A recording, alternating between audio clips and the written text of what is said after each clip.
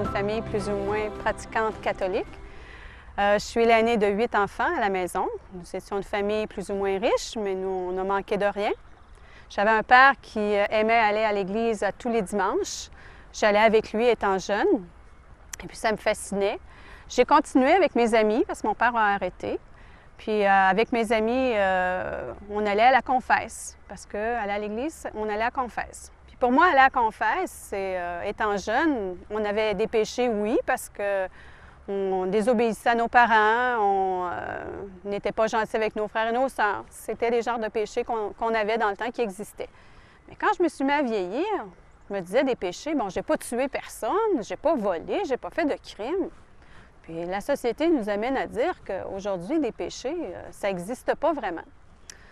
J'ai continué comme ça. Puis une chose aussi qui m'intriguait et qui me rendait triste à l'Église, c'était de voir toutes les processions qu'il y avait en images sur les murs, puis de voir Jésus cloué à la croix. Ça, là, ça me rendait triste. Puis je ne savais pas pourquoi il était mort à la croix. C'était vraiment, pour moi, là, quand je regardais continuellement cette croix-là, ça me rendait vraiment malheureuse. Mais je ne savais pas pourquoi. Puis à un moment donné, on a arrêté d'aller à l'église. J'ai vieilli. Mon adolescence a été correcte parce que j'étais pas rebelle, j'étais quand même sage dans la mesure. Puis à un moment donné, en vieillissant, après ça, je me suis mariée. On est déménagé à Montmagny. Là, à Montmagny, tout allait bien, tout était sous contrôle. Les affaires de Dieu, pour moi, spirituelles, bon, c'était pas vraiment là, important. Par contre, mon mari s'est mis à aller à l'église avec ma plus vieille. Assez régulièrement, qu'à un moment donné, le prêtre a remarqué qu'il était régulièrement là, surtout que c'était toujours la première place qu'il prenait, fait qu'il s'est mis à le voir. Puis là, bien, il a voulu l'impliquer, il a voulu que mon mari s'implique, tout ça. Mais au même moment où tout ça arrivait, mon mari a rencontré quelqu'un à son travail. Cette personne-là a ouvert la parole, puis s'est mis à lui parler des choses spirituelles et des choses de Dieu.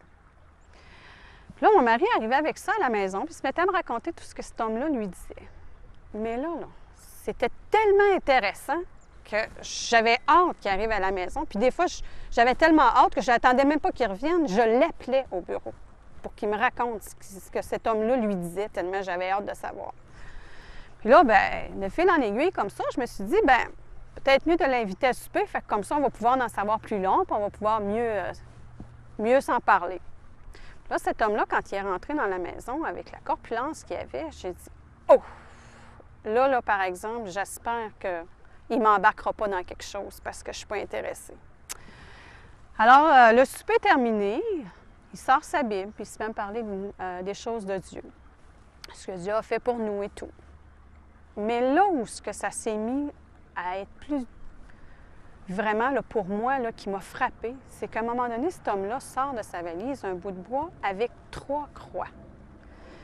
Puis ces 3 croix-là, 2 étaient les malfaiteurs et celle du milieu était Jésus. Le premier malfaiteur il tourne la croix vers celle de Jésus et lui dit « N'es-tu pas le Christ? Sauve-toi toi-même et sauve-nous. » Alors, il prend la deuxième croix pour le deuxième malfaiteur, puis là, le deuxième malfaiteur lui dit « Ne crains-tu pas Dieu, toi qui subis la même condamnation que lui? Nous, on reçoit ce qu'on mérite, ce qu'ont mérité nos crimes. Lui, là, il n'a rien fait. » À ce moment-là, il prend la croix, puis il la tourne du deuxième malfaiteur, puis là, il la tourne vers Jésus. Puis là, il dit à Jésus, il dit « Souviens-toi de moi quand tu viendras dans ton règne. » Fait que là, Jésus lui répond, « Aujourd'hui même, tu viendras au paradis avec moi. » Et là, je me disais, lui, il a fait des crimes. Et là, je venais de réaliser pourquoi Jésus était mort à la croix. L'amour qu'il a pour tout le monde, tous ceux qui sont sur la terre. On est tous des pécheurs. Et Jésus est mort à la croix pour nous. Oh là, ça venait de me toucher dans le fond de mon cœur. Puis là, à un moment donné, quand la soirée s'est terminée, il s'est mis à prier, lui et sa dame. Mais à ma grande surprise, jamais j'ai entendu quelqu'un prier comme ça. Une prière qui venait vraiment du fond du cœur, puis qui s'adressait vraiment à Dieu. Fait que bouleversée par tout ça, la soirée se termine.